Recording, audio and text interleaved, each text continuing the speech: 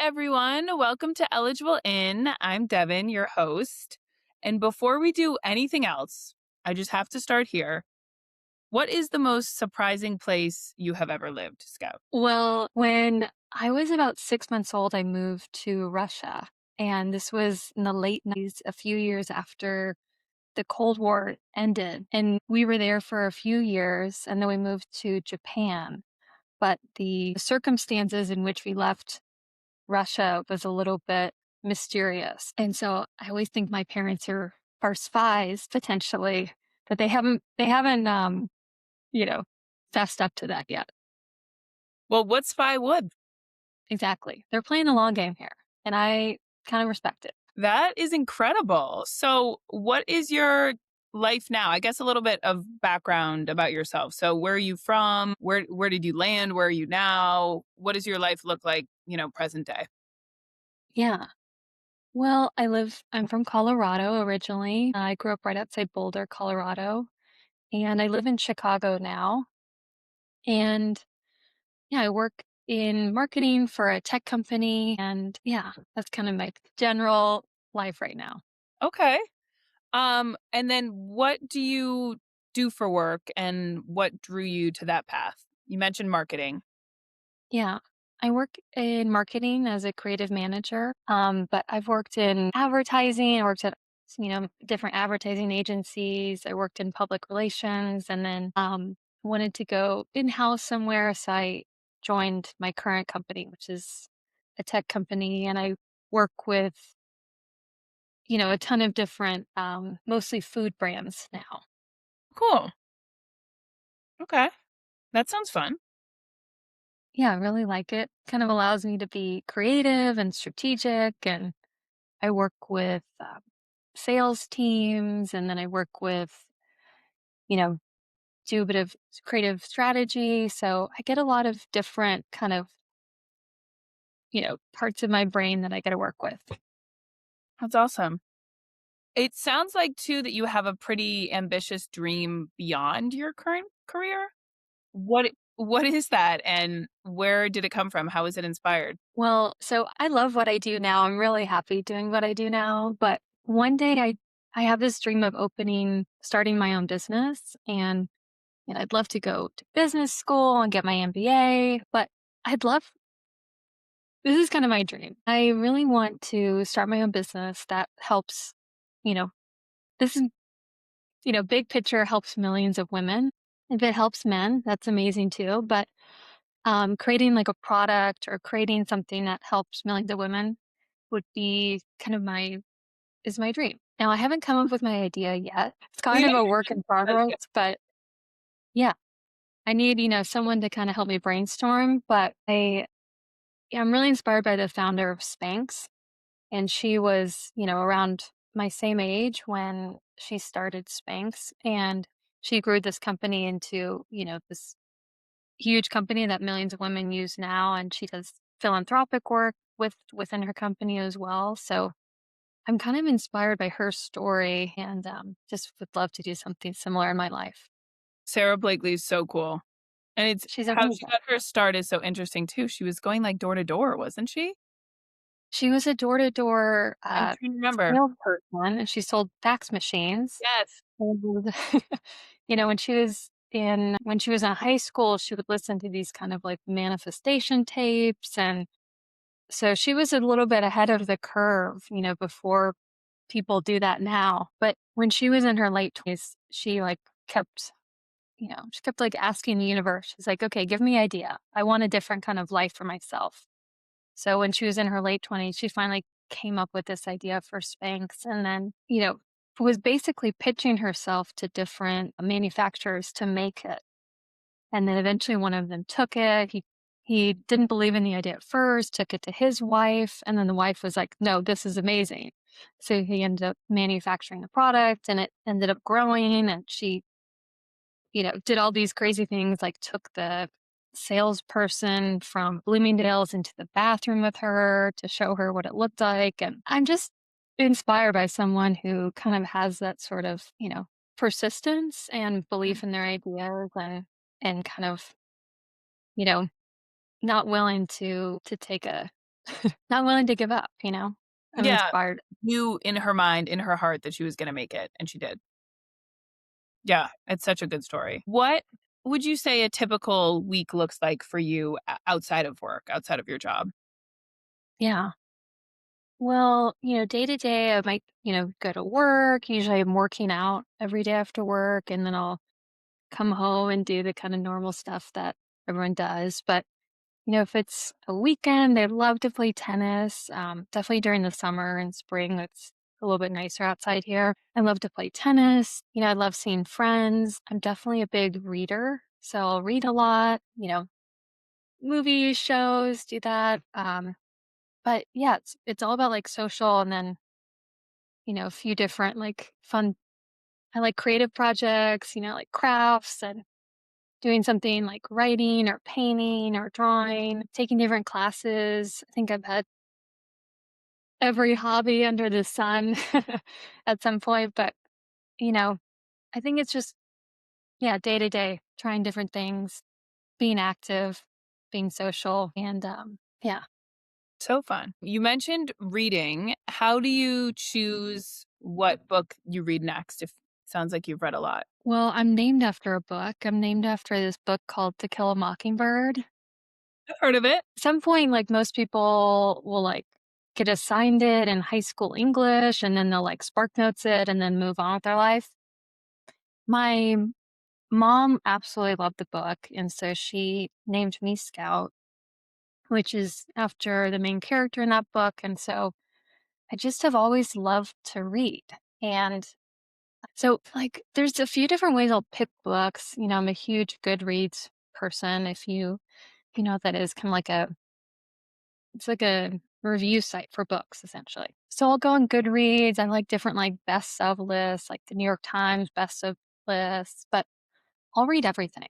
I like fiction, I like biographies, I like men, I like thrillers and mysteries, but just something that you can kind of learn or something that's like a great story, great writing. But yeah, I'm trying to read 50 books this year. I'm kind of behind at this point. I need to pick it up a little bit, but Um, yeah, I'll read like 3 or 4 things usually at a time. Oh, at a time? That would confuse me. I feel like I would mix up the storylines. I'll try to make them different. So I'll do like one like right now I'm reading this book called Team of Rivals, which is a biography on Abraham Lincoln. So there's kind of like that story and then I'll read like a fiction book, So I'll just read different things and I read them at different times too. Like I'll read like one book at night, one book on the bus or train to work. I'll like listen to an audiobook of one, just different times. So they kind of are separate in my mind. That makes sense.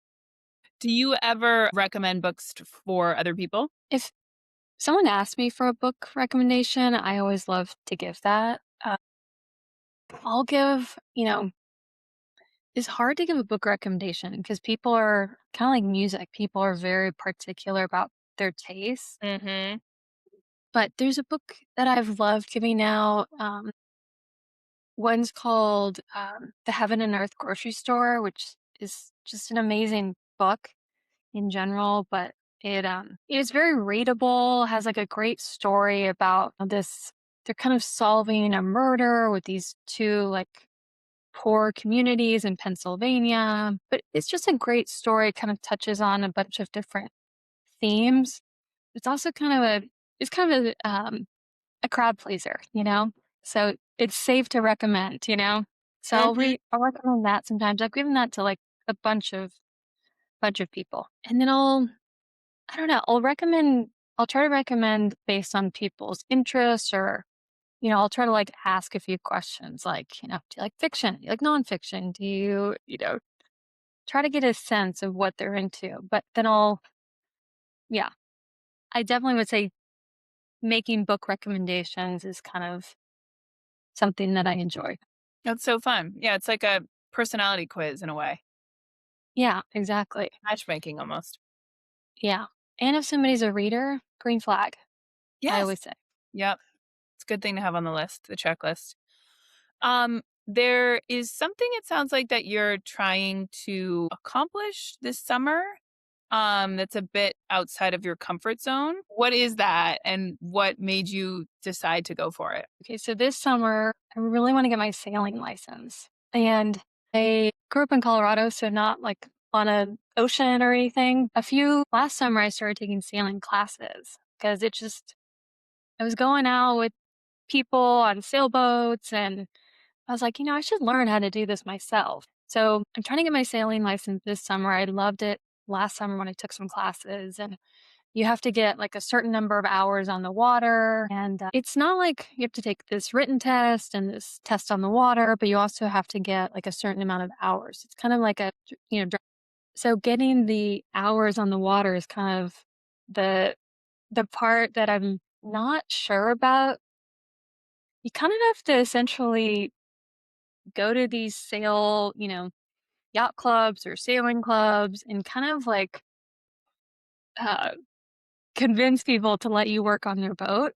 So they might own this, sailboat and they need people to like help them with the actual sailing of it. So you have to kind of like pitch yourself. You're like, look, you have this sailboat. I have some skills, like let's trade. So that's kind of the art and science of it is trying to get people to let you come on their work on their sailboat for like an afternoon. This sounds so much more so I grew up sailing when I was younger, and maybe it's because we were little, but it was like we were, like, hitting boats in the harbor, we were on our own boat, we were, like, running amok. I was a Yeah, terrible sailor. I raised my hand and I was like, "I think I prefer a motor." yeah.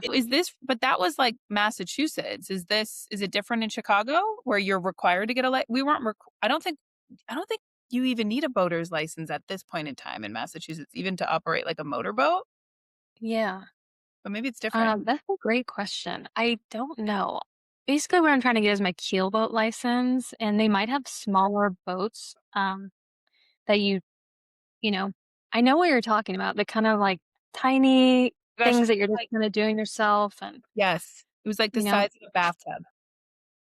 that would be. I'd rather do that. I'd rather check that out. I'm like, if I can hit other boats, like great, Buffer boats. perfect. And if I can do that, I would. I haven't yet found that here. This was kind of like the easiest license I could get in order to rent a sailboat. And it So makes maybe sense. I've been Yeah, yeah, I mean, you need a license to drive a car on the road, so you should need a license to operate a boat too, so I like that Chicago is enforcing that. I'm also pro powerboat. The more I sail, the more I'm like, it's kinda nice just to, go out on the water, kinda chill. There's a Yeah. lot of work involved to sailing, a lot of, like, Yeah, ropes that you yeah, gotta know about. and a lot of it is out of your control, so if you're a control freak, you have to, like, wait for the wind and, find the Right. direction of the wind and wait for it to pick up, and if you got places to be, I not a know. good sport. Not a good sport. That is a great point. That's a great point, and, that's kind of the beauty of sailing, but sometimes you're like, "Okay, I gotta get a move in here." Yeah, it is nice to put yourself in situations where you don't have control. I would agree. Yeah, Yeah. Yeah. it's probably a good feeling. Um, that's awesome. That's so fun. What is something that you believe in, whether it's like a value or a standard that feels a little old fashioned, but you hold on to it anyway? It's a great question. There's, a lot of different things. I think just being a bit like conscientious. I think that's, something that's important to me. Being on time, writing thank you notes. Those are kind of like those old fashioned or, old fashioned maybe, but I think there's things to to kind of hold on to. You know, yeah. I don't know if I answered that very well, to be No, honest. I think you did. And I think it's things that make you take a pause. Yeah. It's like the theme there. Yeah. Take a pause, be kind, be considerate, and be grateful. Yeah, I like that. What is something about you that takes people a little while to figure out that's maybe not on the surface? Hmm.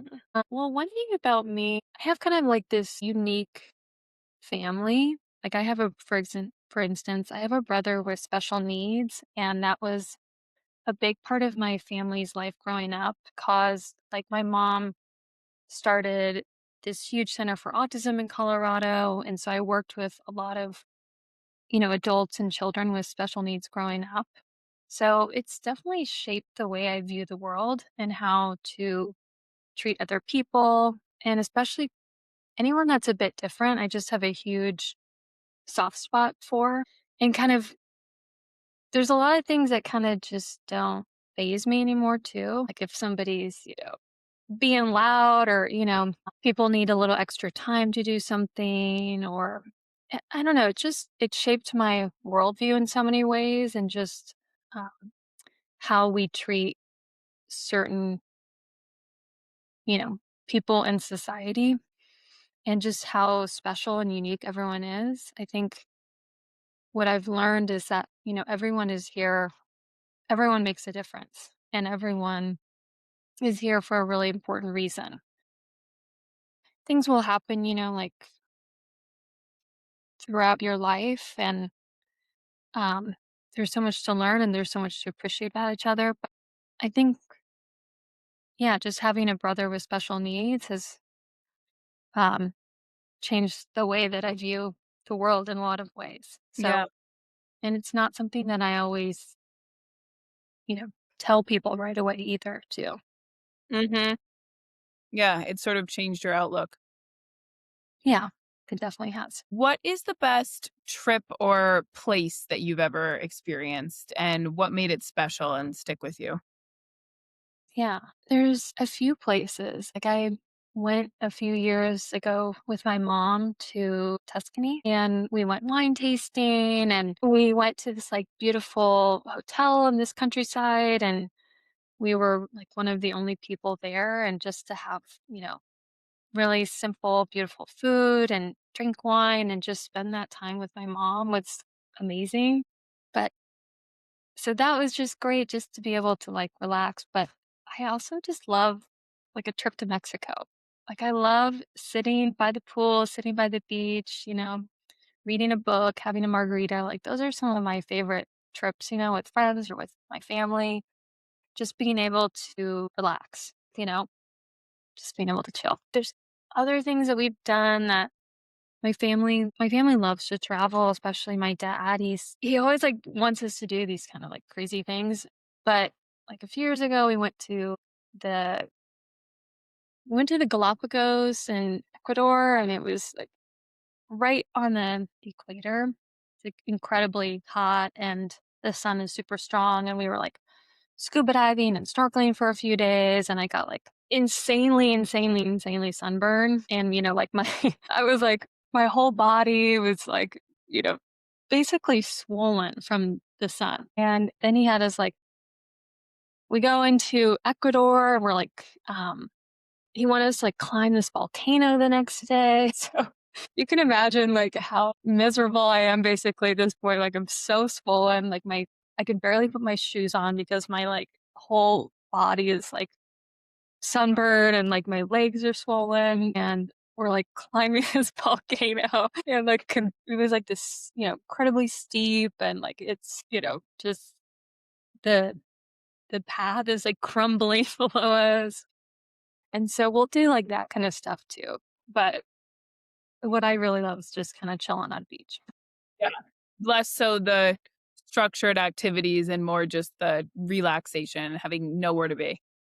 Yeah, I Yeah. know, I'm like, "Let's bring that back." We need to bring back Wista Vacation to chill. Yeah, because otherwise, then you get home and you feel like you need a vacation from the vacation. You're worn out. Right, exactly. Yeah. You get me. But it sounds like you've been to some pretty cool places. That's awesome. You know, I'm just along for the ride. My family loves to travel, Yeah, and, if they're inviting me, I'm going, and totally. I'm gonna go with a good attitude, and I'm gonna have a good time. Yeah, I love So, it. yeah. Great mindset to have. What is your ideal way to meet someone? You know, ideally, you just meet through, like, friends, I love I consider myself a pretty social person, like, I really do love spending time with friends, going out, doing things. I'd love if I met someone just in, like, my day-to-day life, but, like, I love doing a lot of different hobbies too, so if I met someone, like, in a tennis class or on a you know, like, at a tennis camp or, in a sailing class or, um, you know, going for a walk or doing something that I just naturally enjoy, that'd be amazing too, but, you know, I'm open to meeting people anywhere. Like, I just like I really just enjoy getting to know people, you know? I think everyone's interesting and unique, and I love just getting, getting a little slice of who they are. Yeah. I think it'd be so fun to meet through a shared hobby because then it's just something that binds you together. It's automatically an activity that you can do together and have fun. If you were to meet someone through friends, do you have friends that are good matchmakers? I find that some of my married friends are good matchmakers and some are like out of sight, out of mind. I haven't thought about dating in years. Yeah. You know, I would say my friends it's hard because I feel like a lot of my friends now are married, and so they I don't yeah, I guess they just don't know that many single people. And so, um, my friends know me very well, and I feel like they would have a good gauge of what I'd be interested in, but I yeah, it's hard to say. I don't know if they'd be good matchmakers. I'm sure they would. And I'll sometimes give them the benefit of the doubt. Yeah, and sometimes it's not about knowing you, it's more just like if they've been married for so long, they just don't even think Yeah, to do it. If a single person crosses their path, they don't like instantly think of setting them up with someone. that's a good point. I feel like there's a few of my girlfriends who are on it. Like, they are like, if they meet someone single, they're like, "Scout, we got a guy for you." But yeah, there's a few girlfriends that are yeah, just probably, not in their periphery, and Yeah. that's okay. What does a really great first date look like to you? And then what kills a date instantly? Yeah, I'm traditional. I love just, like, getting a glass of wine, a drink with somebody. I love, like, the ritual of a first date. Like, I think it's really fun to, like, um, you know, tell your friends, like, what you're doing, like, get some outfit consultation, like, have a gl have a glass of wine before you leave, like, do your makeup, do your hair, like, kinda get stressed picking out an outfit, like, enjoy that whole process. So, I love just, like, a first date, you're getting, like, maybe a drink and just having a conversation. I think that's a perfect first date for me. And then, maybe date 2 or 3, you're doing, like, a really fun activity or something like that, but, um, what kills a first or what kills honestly, I feel like I have a nice time on most first dates. Like, I really enjoy getting to chat with people. And even if it's not a romantic connection, I just love getting a little slice of somebody's world. And I love finding out about their life and who they are. But I think it's just kind of somebody is hard to chat with, if somebody is not open, if somebody's late, I kind of like note that they're late and they don't like say Acknowledge. anything about it. Yeah. Um, yeah, those are the big ones. Okay. That's a that's a pretty those are realistic items, I think, to be looking out for. It sounds like being on time is super important for you too. I'm like clocking a theme because I feel like you've talked about that a couple times now. So that's good. I think that it's a relatively low bar, that you would expect that people would show up, on time unless there's for a date, unless there's like some crazy circumstance keeping them. And things happen. Like sometimes I'll be like a few minutes late. But if somebody's like 30 minutes late, I'm like, okay, let's get this over. Yeah. I I appreciate timeliness. Yeah. What is the best date that you've ever been on? And what would you say made it stand out? I feel like I can think of great dates. I just can't think of the best first date. Right, like a standout. Yeah, like a standout. I'll have to noodle on that. Yeah. Feel lucky I've had like actually like a pretty positive experience with dating, you know? That's awesome. Yeah. have met nice people and have had overall, like, you know, enjoy it. Good. It should be fun. I feel like you can hear of so many dating horror stories and then, you know, your mind gets a little skewed. So it's good that you have a lot of good ones. So it sounds like you've had a lot of good dates. At what point do you know whether those dates are going to turn into something? Or, I mean, you also mentioned before that it sounds like you just like talking to people and having conversations and hearing where other people are coming from and what their life stories are. So it sounds like you've had a really good experience with a lot of the dates that you've been on. Have any of them led to something longer term? Or when you say good dates, you mean just good conversation flowing and you got to learn about somebody else's life? Yeah. Um, well, the first part, yes, I've had a few longer term relationships and they were all like great people. And I think for for me, like I've definitely grown a lot in the last few years, like I think in my earlier 20s, I wanted to be with someone but just wasn't, I guess, as open to closeness and connection and like letting somebody in truly. And then in my later 20s, feeling or not meeting the not meeting like quite the right person that was ready for commitment. I would say I'll go through like ebbs and flows with dating. Like I'll either be kind of like off the apps, not really like dating a lot, or I'll be meeting more people. How about like a list of qualities that you look for in a partner? Like what's really important to you? You mentioned punctuality, of course. It sounds like you're someone who likes to try a lot of new things. You have a lot of hobbies, you're really social. What are sort of the expectations that you have from a partner? Yeah. Well, Um, first of all, just being like a great person, somebody who is kind and considerate. I think I'd love to meet someone who's kind of like, I call it like the oak tree, like someone who is grounded and stable and reliable, uh, you know, nice to look at. And, just someone who is really just grounded and just a calm, stable person. Mhm. That's a great list. Yeah. How do you show up for someone you care about? What does that physically really look like in practice? What does that mean to you? I'm definitely someone who like will show up for people. So, whether that is checking in on them like every day, whether that is, you know, talking through things with people. I think what I'm really good at is helping people come up with a plan.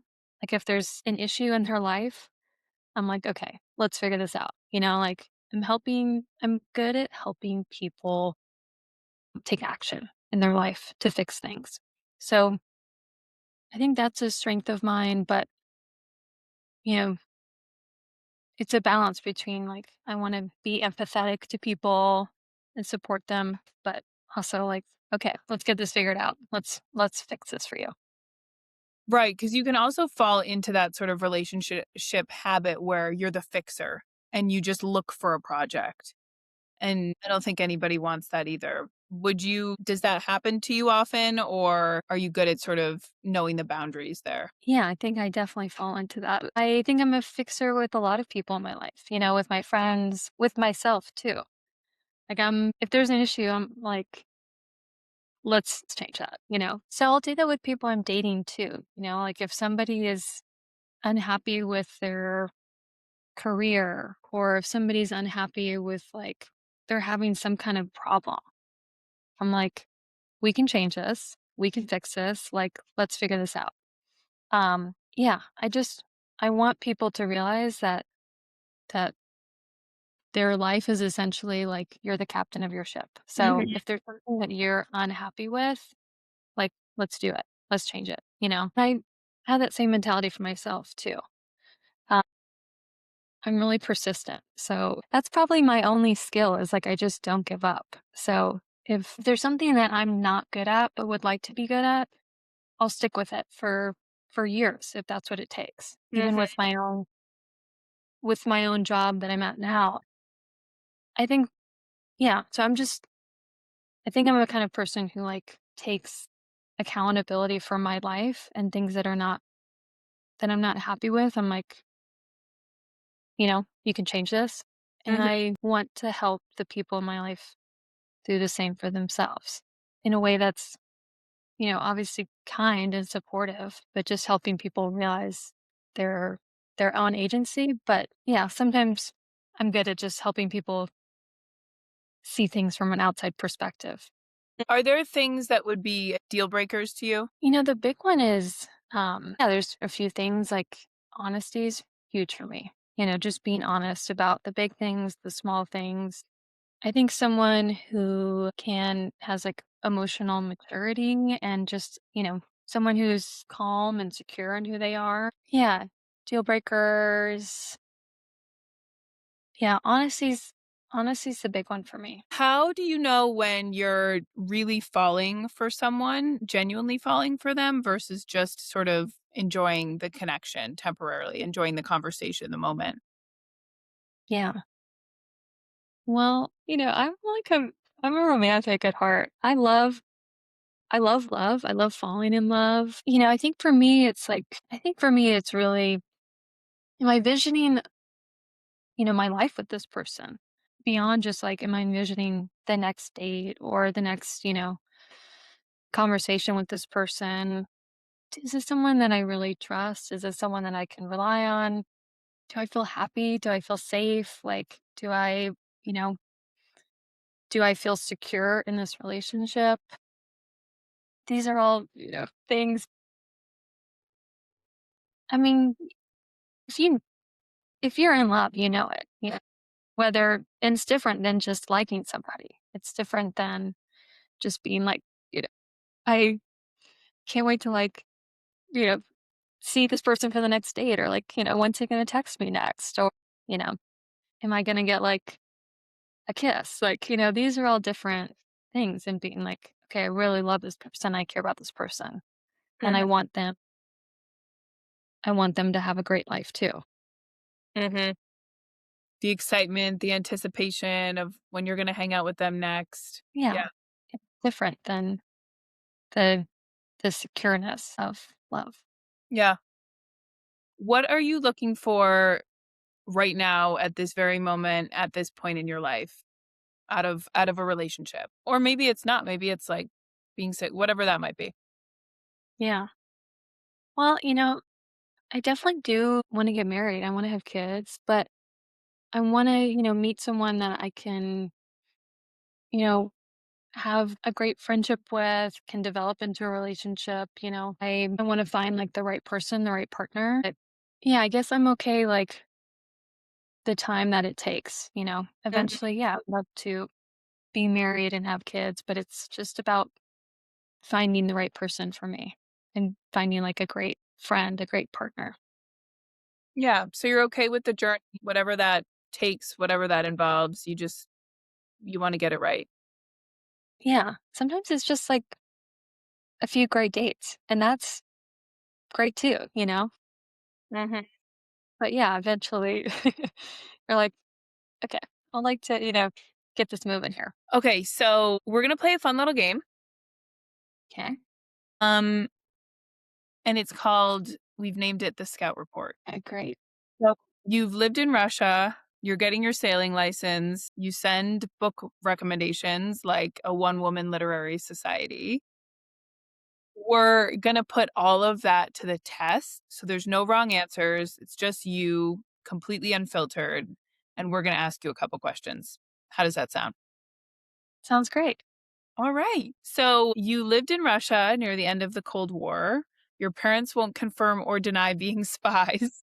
If they were, what would their cover story have been, and does it hold up? I think their cover story now is perfect. My dad worked in like international taxes. My mom taught English. I'm like, this is a perfect cover for a spy. Nobody wants to ask about taxes. I'm like, this is perfect. So I think they have it nailed already.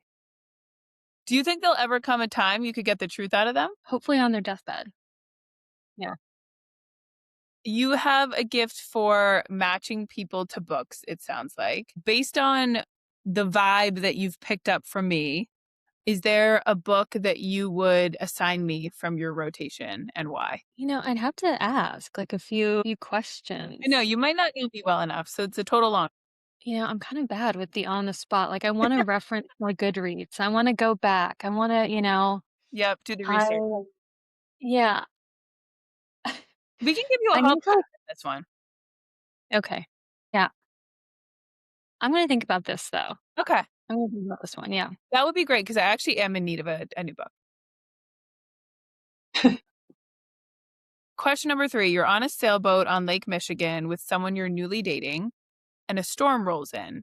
How do you expect them to show up in this moment, and what does their reaction tell you about who they are? I'm like, I hope to God you know something about a sailboat because I'm not getting this off this lake. I don't know if you've ever been like in a storm, like on a sailboat. You're like, this is not good. This is like not a good situation. Not a good time to not have a motor. Yeah, not ideal situation there. Hopefully you're with someone who's calm. You're like, okay, we can get this figured out, but we gotta like hightail it back. Hopefully you're with someone who works out a little bit and they can, be getting those ropes, down. And yeah, I mean, if somebody was just like cool, calm, collected, I'm like, we can get this figured out. And hopefully they're a good swimmer. Good. Those are good requirements. I have heard that your mom texts you a photo of her outfit almost every day asking, "Can I wear this?" If Yes. a future partner sent you that same text every day, how would you respond? Would you see that as a green flag or as a red flag? I love it. I'm willing to be, on call fashion police to anybody who needs it. My mom does it. My mom's a great dresser. So I'm not, but I think she just likes having the confirmation of like, okay, this goes together. And, if somebody I was dating wanted to text me a picture of their outfit and be like, all good, I'm like, great, send it over, I'm like, no problem.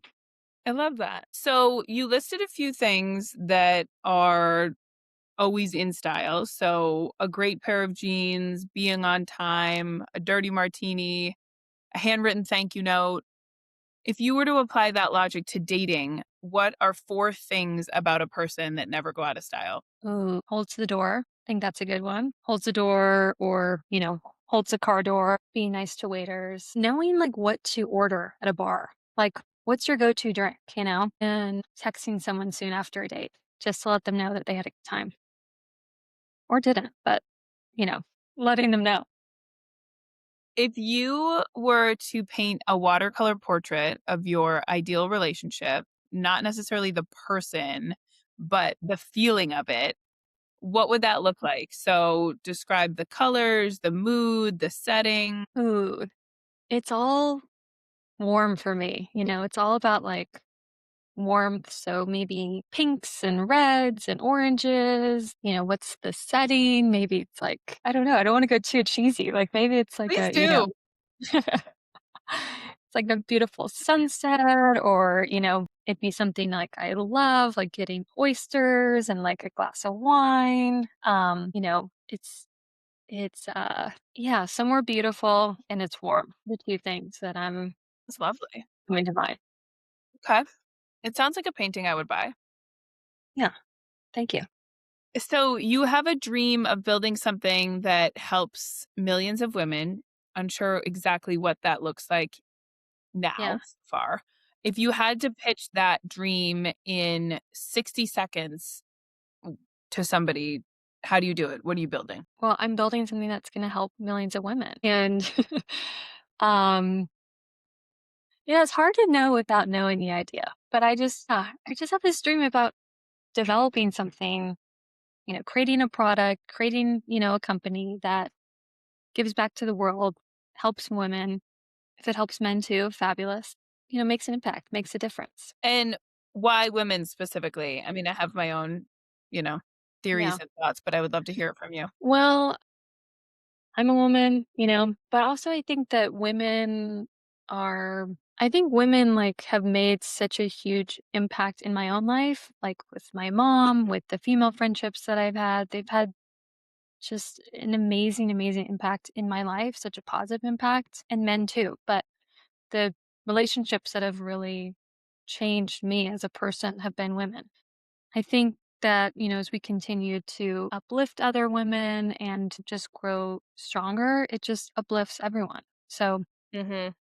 I think, yeah, it's important. It's also important to like what I know is like myself, my world, things that I would like, things that I would use. So I would know a lot more about that than I would know about what guys use. Right, you're the target audience, so that's helpful. Yeah. It sounds like you are big with handwritten thank you notes. So, say you were to write a thank you note to your future partner before you've even met them, what would it say? That's a great question. I don't know. Thank you for thank you for making me a cup of coffee in the morning. Thank you for being a great friend. Thank you for making my life better. I am grateful for the person that you are. Oh, nice. Keep it sweet, keep it genuine, Yeah, I love keep it that. short. Nice and simple, to the point. Okay, so humor me now with a cheesy sort of closing reflection filled with sailing metaphors. You are working on your sailing license this summer, trying to put in enough hours on the water to make it happen. If your love life were a sailing journey right now, where are you? Are you still in the harbor? Are you learning the ropes? Or are you finally catching some wind? I'm going boat to boat looking for a co-captain here. I'm pitching my services, not services. Um, I'm in the harbor. I'm looking for a co-captain right now, and I'm looking for a really nice, fun, easy sail into the sunset. That Scout, this was such a good conversation. Thank you so much for joining and being on with us. Before we let you go, let's just say that the right person is listening right now. We'll manifest it. Is there anything else you want them to know? I can think of, just hope that they're great, you know?